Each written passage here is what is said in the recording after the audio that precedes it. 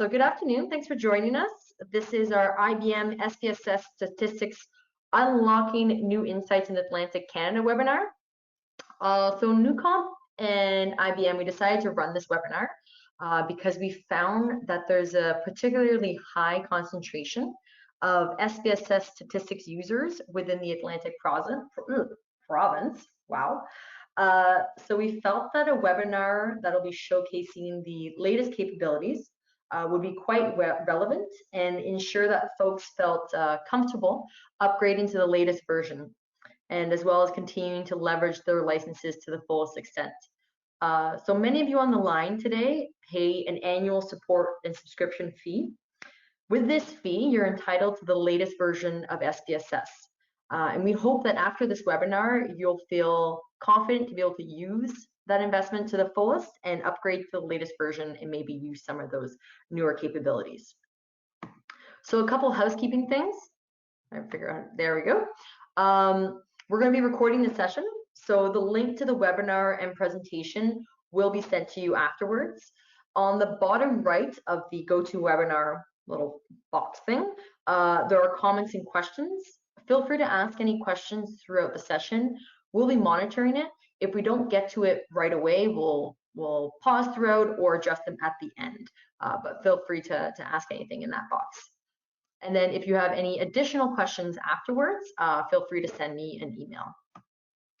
On that note of which email, I'll present to you the speakers today. So there's myself, Sophie Harrison, as well as Rebecca Young, a senior data scientist from IBM.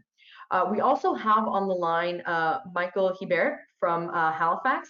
He is new to an IBM role, and he will be covering a lot of the folks as account managers, sales exec, whatever we call it these days, really your go-to person at IBM. He's on the line today as well, and just wanted to take that opportunity to introduce him as well. When we send out the follow-up emails, we'll include his contact information as well. So a little bit about Newcomp. For those of you who are not familiar with us, we're an end-to-end analytics provider. We do everything from new software licensing, subscription and support renewals, implementation services, strategic consulting, mentoring, and training for all aspects of analytics, obviously including SPSS. So it's everything from analytics strategy to data warehouse development to cloud architecture to data engineering, business intelligence development, and data science. We're a Canadian organization with about 65 people across Canada. And as well, we're an IBM Platinum Business Partner, which essentially means that our company and the people within the company have been vetted by IBM, and we've delivered successful projects that are referenceable, and it's earned us the highest level of partnership within IBM. As an organization, we cover a few different geographies, including Canada, United States, and Caribbean. We have 2 offices, or really concentrations of people these days, in Toronto and Calgary. Through our many projects, we've accumulated experience across 15 industries, including provincial, federal, and municipal governments, health agencies, CPGs, manufacturing, and higher education. We actually co-founded the higher education analytics community called HEAC. It runs quarterly events specific to higher education. So if anyone on the line is interested in particular for higher education content, send us a note and we'll be sure to add you, to send you all the details for joining HEAC and for their resources.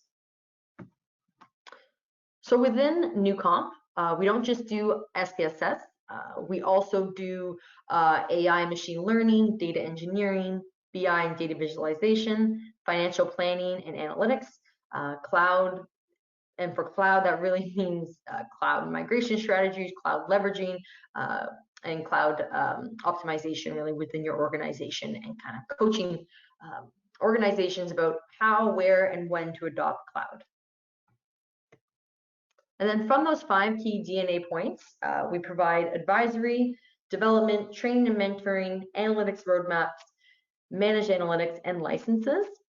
A note on the roadmaps, they can sometimes be quite specific, like how do you set out a plan to leverage SPSS to its fullest with new users over the short or long term, but they can also be more broad, something like how do we become more of an analytics-driven organization while implementing a cloud strategy.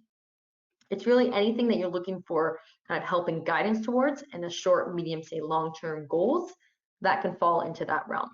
Due to the size at Newcomp, we're able to be quite nimble with our services models. We have 6 areas that we tend to organize them into, but we're able to really adjust to our clients' needs. So I'll just quickly go over the different types. So we have hybrid projects, this is a very typical project where we are working with your client team, being yourselves, as well as our consulting team, and it's either managed by Newcomp or the client. We do proof of values, which is a little bit of an evolution from a traditional proof of concept. Trusted advisors, so we could just be someone to bounce ideas off of, be some coaching, more of a management consulting side as well.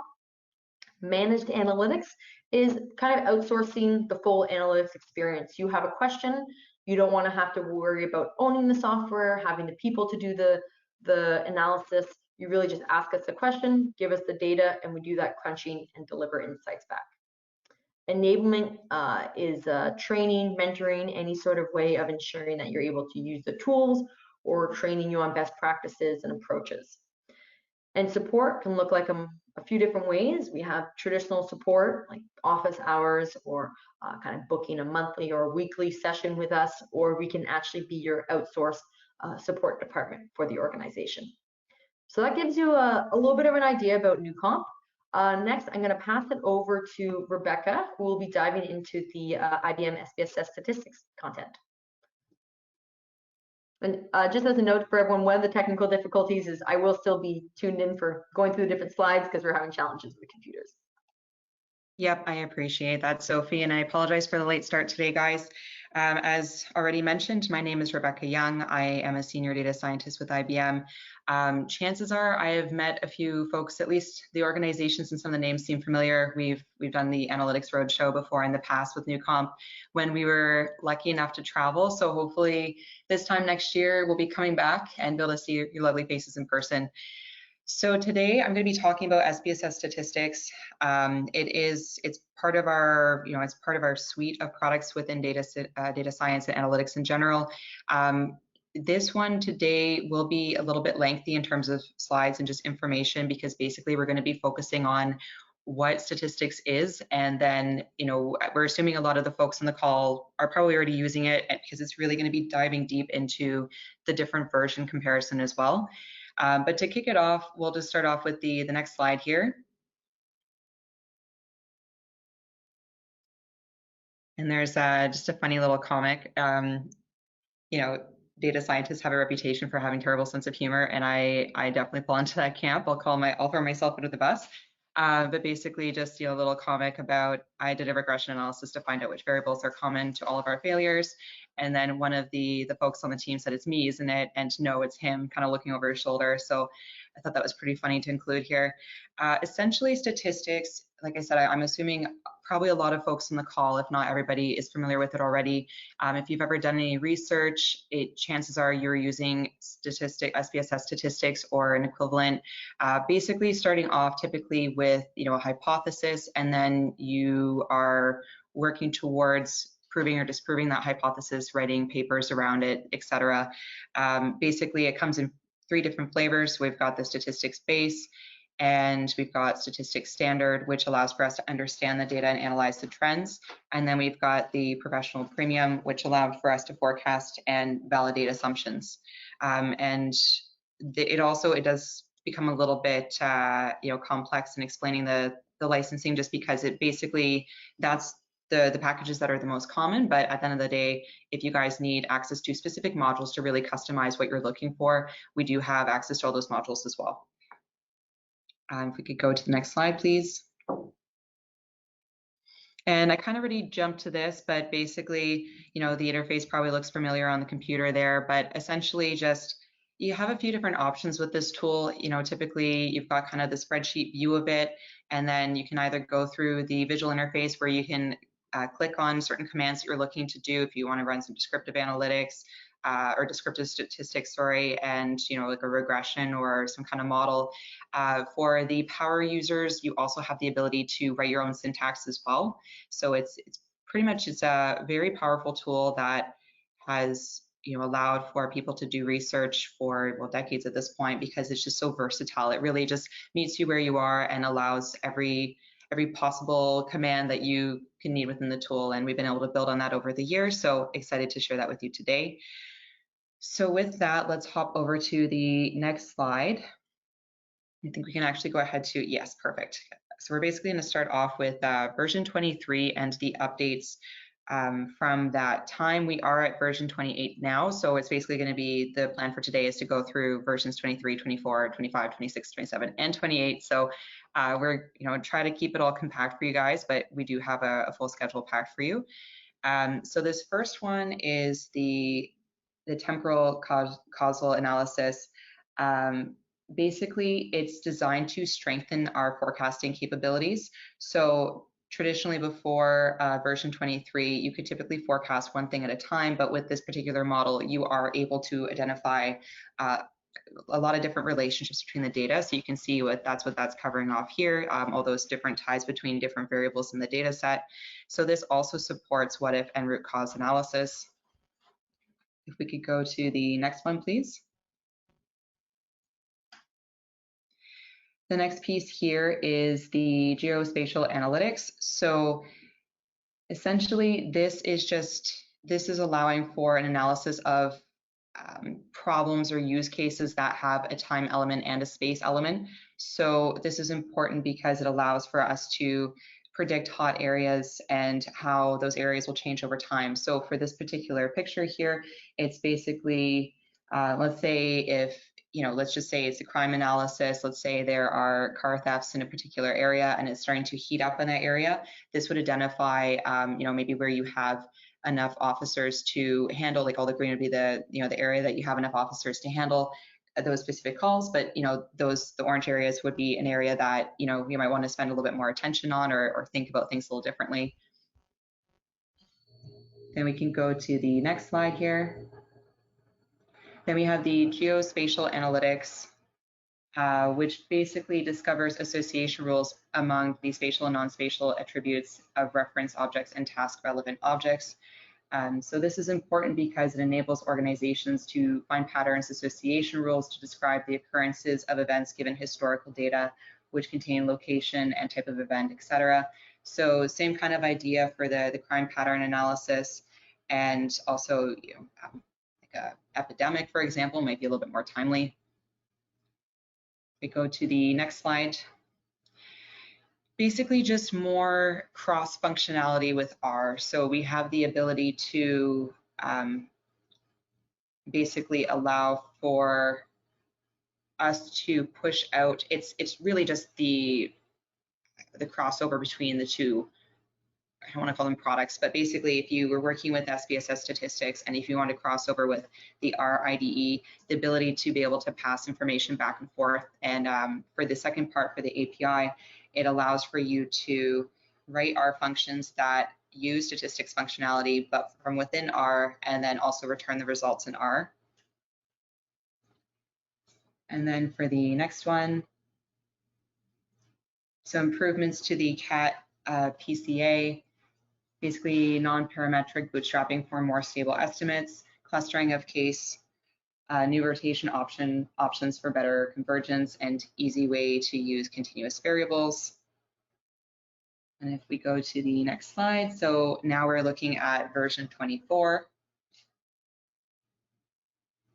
And this particular release was really about more of the community leveraging open source, as you could kind of see from the previous theme of the integrations with R. So this was basically identifying that more folks are using R and Python in their analyses today, and especially in the world of data science. So just being able to access more of those extensions. So if we go to the next piece or the next slide. Basically, we have an extension hub, and the next slide will actually show us that we've got a community that we can tie into. So if other people are, creating, like a weather forecasting app, for example, and, access to data like that would be really helpful in a lot of research cases. It can be very complementary. So being able to go into that gallery, for example, you're able to leverage that through the extension hub. So it basically makes other libraries available for you based off of what the community is doing and if they want to share with the rest of the folks. So just making that a little bit more user-friendly and open to the community. If we go to the next slide there.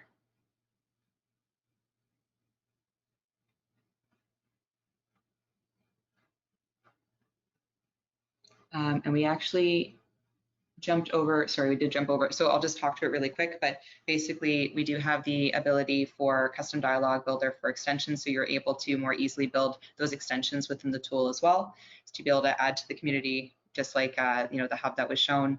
And then the ability for easier import and export. So this is also just with Excel, for example, being able to, you see a theme of being able to make the tool more open and understanding that you very likely have different tools at your client site. So being able to work with what you have to make sure that you have access to the best tools and the functionality. So a big part of that was working with Excel and redesigning it so that you can import and export, your popular file types, the ability to be able to import data from Excel, for example, and being able to remove tricky obstacles from the past of, being able to ignore hidden rows within Excel or removing leading and trailing spaces from string values is a couple of examples. So we just made that a lot more open. And then the next one is just advancements to IBM custom tables. So a couple of those updates were being able to use effective base for weighting sample results, scoring new confidence intervals and standard error statistics, new ability to include significant test results in the main table, displaying significant values for column means and column proportion tests, and an additional false discovery correction method for multiple comparisons. So now we can go on to B25. And so basically this is just the overview of all the enhancements that we had in B25. So we've got the chart builder enhancements. We have a couple of updates to models, Bayesian statistics, and we're going to go through that in more detail. So we could just change the slide, please. So the first one is that, I think we've been hearing this for a while, even when I was here before. Basically, there was common feedback that the charts that we had looked pretty dated. So it was a big goal to update those that feature so that, the hope would be that you shouldn't have to use this tool for the analysis and then have to put it into another tool to make it look prettier so that you could actually get it ready for either internal reports or if you were submitting, to a paper, for example, or like to a publisher. So we've updated the chart builder to also make it more easy to use and be able to, update with nicer colors and how it's exported and everything. So basically the goal would be that you can just take those results and be able to include that right in your report. The other kind of neat thing is that, again, with that, the openness of being able to work with other products. So you can actually edit charts in Microsoft Office. So you can copy it as a Microsoft graphic object and you can actually edit it within SPSS. The next one is just an elaboration on this. Again, just the ability to change colors, just making it more editable, basically, that you can, instead of just getting the output, you can actually start to create these charts and edit these charts in SPSS yourself.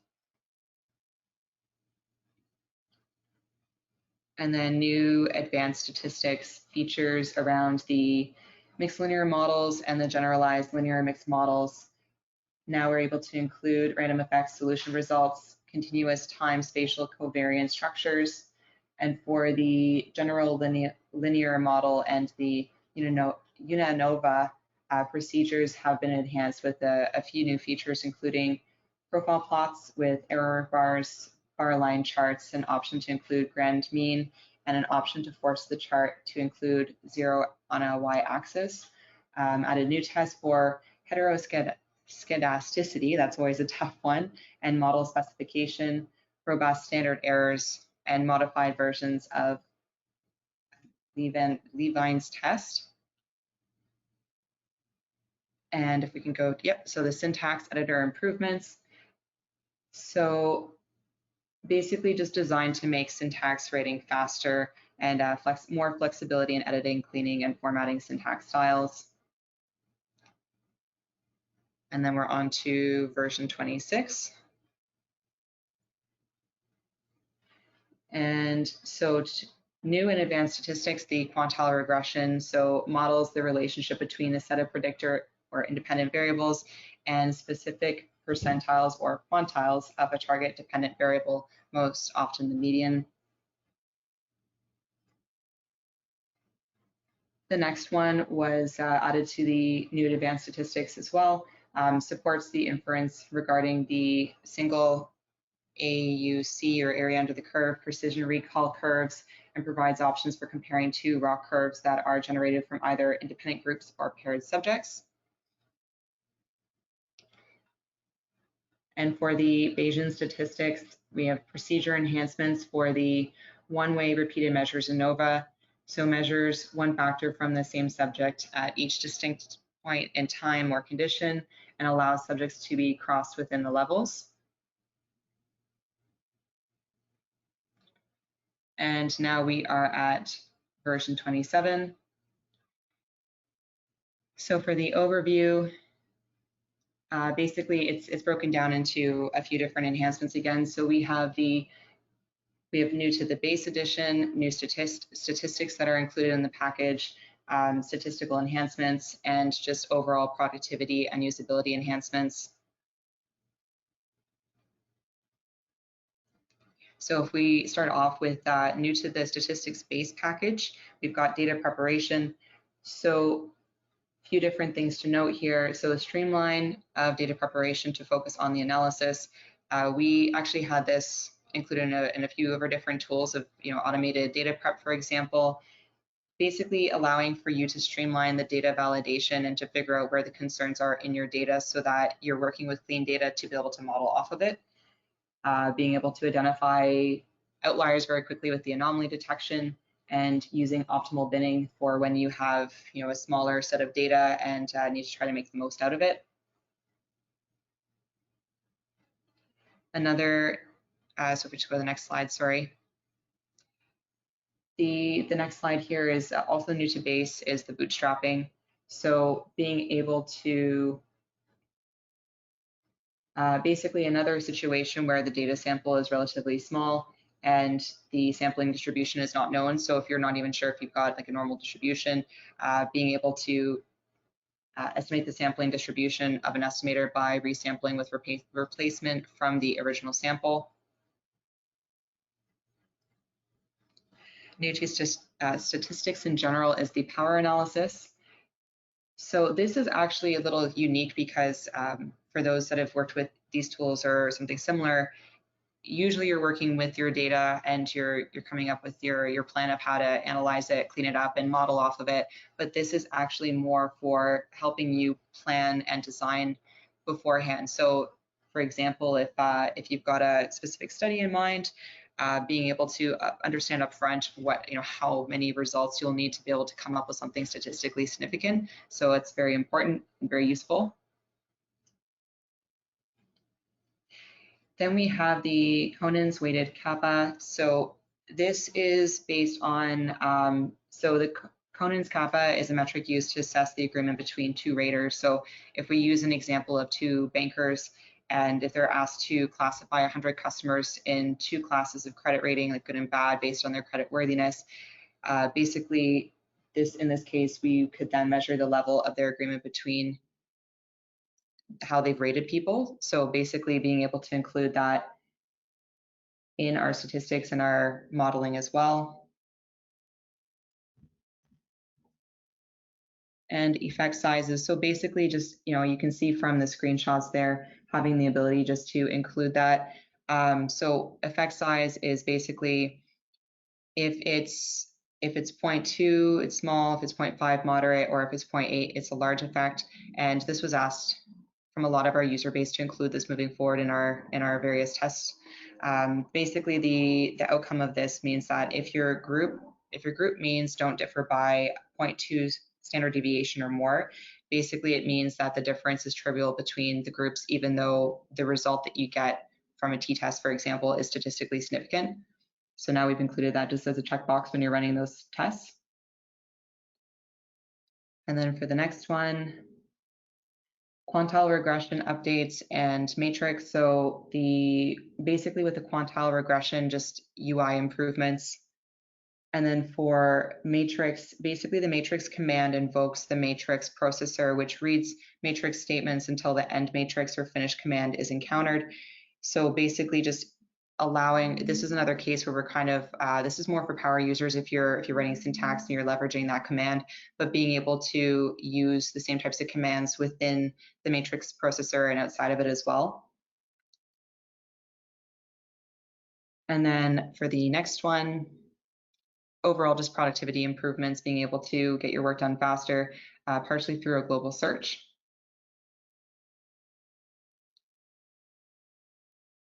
And then and then auto recovery, same kind of idea, just productivity improvements, because we can be really into our models and our analyses, and then the worst would be if something crashes on you. So being able to minimize your data loss with auto recovery, having your user session saved locally enabled by default.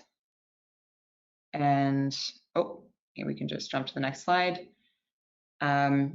So output enhancements again. So basically just introducing some new charts. So we've got the bubble chart and being able to leverage other new visualizations and also more chart template improvements again. So further accessibility to being able to edit and create charts the way that you would like to use them. And then some more output enhancements again. Improved APA format support, so being able to create APA style tables, again, just for the process of being able to use the output that's created from SPSS. Simplified chart editing and usability, and high resolution output export. So, and again, it's kind of a continuation of what I mentioned before, just being able to actually leverage the output that you're getting from these results. And usability improvements again, so being able to use this with Apple, Mac OS, and the welcome screen enhancements, so internet enabled, periodic updates with new information and content, and Windows UI theme modernization.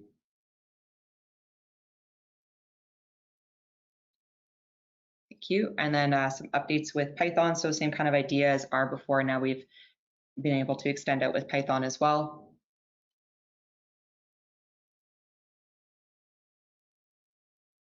And with Amos as well, functionality improvements.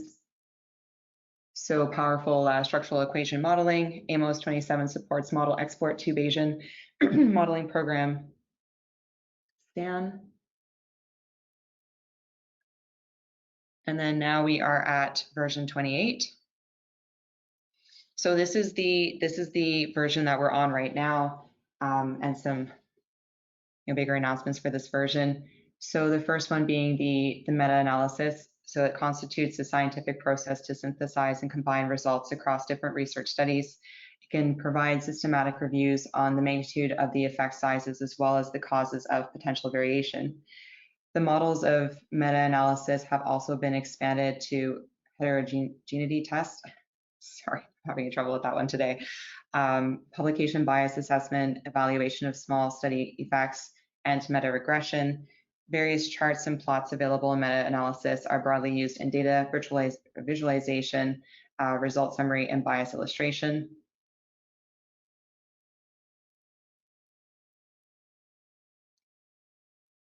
So for the power analysis, the IBM SPSS Statistics 28 includes an enhancement to the power analysis procedures to create a graphical representation of results. Power analysis plays a pivotal role in study plan, design, and conduction, like I mentioned before. The calculation of power is usually before any sample data has been collected, except possibility from a small pilot study. The precise estimation of the power may tell investigators how likely it is that a statistically significant difference will be detected based on the finite sample size under a true alternative hypothesis. So all of the power analysis procedures now allow a user to enter a series of power values rather than a single one. These can now take the form of separate point values, a series of values incremented by a specific amount or a combination of both. This enhancement now results in a table of power values and optionally an accompanying power curve graph. So for the ratio statistics, the ratio statistics procedure in IBM SPSS Statistics has long been a convenient option for obtaining descriptive statistics on ratios of two variables, as well as the go-to procedure for property assessment professionals whose work involves working with ratios of property assessment values to sale prices. In the time since the original procedure was implemented, changes in thinking about the use of some statistics in property valuation have occurred. The ratio statistics procedure has been enhanced to make it more consistent with current approaches as described in the Standard on Ratio Studies document published by the International Association of Assessing Officers. The most important change to the procedure is the addition of the coefficient of price-related bias and associated confidence interval. The PRB is an index of whether assessment to price ratios are systematically higher or lower for higher price properties. It is calculated by regressing percentage differences in assessment ratios from the median ratio on the base 2 logarithms of value proxy measures calculated as the averages of sale prices and the ratios of assessed values to the median ratio, and gives the percentage change in assessment ratios for 100% change in value.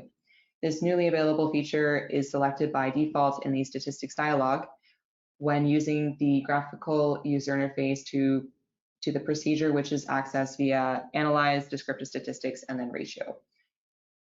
Other changes including removing the coefficient of variation based on the median ratio from the statistics dialog options, relabeling the remaining coefficient and variation option based on the mean ratio as COV, as is common usage, and by adding the option to the main ratio statistics dialog to include the number of cases or properties on which statistics are based in the output table instead of offering that as a saved output file.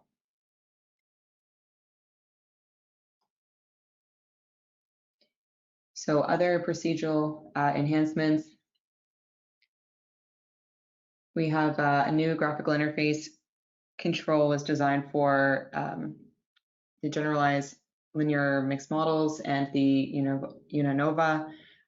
Specifically, an additional compare simple main effects checkbox was added to the EM means subdialog to support the specification of comparisons among the main effects nested within the levels of other factors. We've also made some differences or adjustments rather to the change contrast in the logistic regression and Cox-Reg dialogues. The default, so namely the default reference category specification for contrast types that use reference category specification, indicator, simple, and deviation was changed from last to first. The second one was the position of the last and first buttons were switched, and the last one being the listing of variables in the categorical covariates target now includes last. And then the third update here for the procedural enhancement was in prior versions, users were able to run a two-sided t-test, but additional calculations were necessary to get output for a one-sided t-test. Users often were left to reference with an IBM tech note to get the results they required for a one-sided t-test. Starting with the V28 beta, users will be able to run a one-sided t-test through the dialogues. Then we have the data visualization. So again, more visualizations. We have relationship maps. So this is the same kind of idea as earlier. Relationship maps are introduced as a new data visualization. Users are now able to visually inspect the relationship between multiple variables, and it's shown by basically how thick the lines are. So if you guys are familiar with Modeler, this was a feature that was involved with Modeler as well, basically being able to show the correlations between different variables. And then some usability improvements for the statistics workbook. Basically, the statistics workbook combines multiple file types into one. Users are able to write syntax, create output, and edit that output all within the workbook for an interactive way to run the data analysis. So a little bit more similar to what we're seeing with notebooks. And then for the next one, the search enhancements. So it's a little bit different from just the global search that we saw before, but basically just allows for us to get some help as well. So if you wanted to use the search bar, as you can see the results that you're getting, if you're looking for a particular type of model and you need some help understanding how to use that within the tool, you've got links that will tie you back to our documentation pages to help you with that.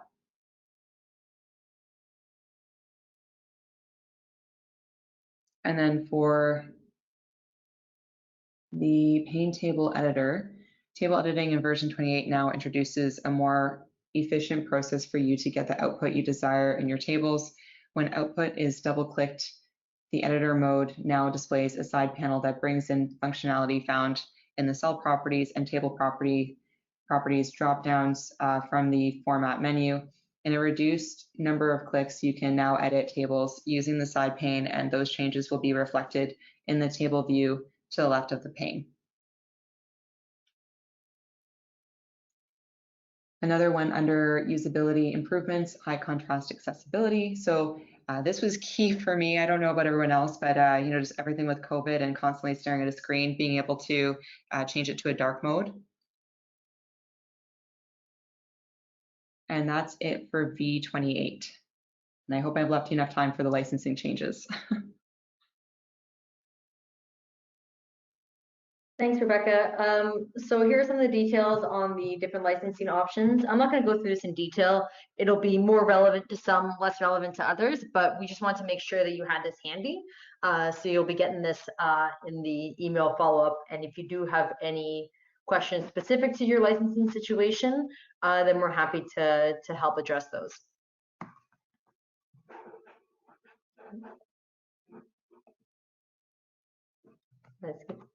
There you go. This will also be really handy just as a reference. I use this often internally myself and share it with clients whenever they're looking for information on the different licensing options. It's not super obvious sometimes what is included with each edition of the modules for the traditional licenses that you might be on now, and then also for the subscription. So this will also be a handy reference sheet as you're looking at the different functionality. Again, this will just be another good reference thing. Campus editions, this is for anyone within higher education for your student use for educational purposes. For most of you on the line, it'll be most relevant will be the subscription or the commercial editions. Again, these are for reference that you'll be able to use later on as there's been different migrations depending on your situation. For 27, this is an interesting challenge that come up, so I'm not sure if you're aware, but you no longer get an actual hard copy of it. By hard copy, I mean on CD or USB. And version 7 will only be supported on 64-bit versions. So if that's an issue, let us know. We can help chat through some options. There's been some questions about training. These are our 3 main training courses that we have for IBM SPSS Statistics. If the curriculum of any of these 3 training courses don't fit what you're looking for, we can also do ad hoc mentoring. And what that looks like is there's no official material, but you get a half day or a full day with one of our SPSS statistics experts to go through any questions you might have, any use cases, any roadblocks that you've come across, or if you just have general topics that you'd like to learn more about, they'll dive into it with you and can actually show you some examples and work through some problems within your environment if that's what you're comfortable doing. So these are a few different options there. We also offer analytics boot camps. These range from a couple hours to a full day. And the format varies a little bit depending on what type of boot camp it is. But if these are topics that you're interested in, it's a great way to kind of get a Coles Notes version of it and get some really valuable information from it. So they're kind of witty names, but we have one about data lakes, building an API, data science, data blending, crystal balls, as well as machine learning and AI. So if any of those are something that you're starting to hear kind of whispers of within the organization that might be of interest and you'd like a little more information on them, these are great areas to rely upon. We also offer office hours, similar to what I mentioned beforehand about the alternative for SPSS statistics training. You can book kind of, back in school days, if you want to book a little bit of time with an expert, this is what the idea would be. So you come armed with your questions, with your data, and then you work through that with the expert on the line. So we'll take a quick pause here. If there's any other questions before we wrap up, if you think of a question afterwards, we'll address it. It's no problem. You'll be getting a follow-up email from us anyways. So you're welcome to reply to that directly or send us a note. But I think on that, we are good to go. Really appreciate everybody's time this afternoon and hope that you found the information that Rebecca presented very helpful. As a reminder, I will be sending Michael's contact information in the email as well. For those of you who might work with Jason Doyle, Michael has taken over for his role. Jason has moved on to the GBS team within IBM, so he's still around, but we'll be sure that you have his contact information as well. Thanks everyone for your time this afternoon, and thanks Rebecca for presenting.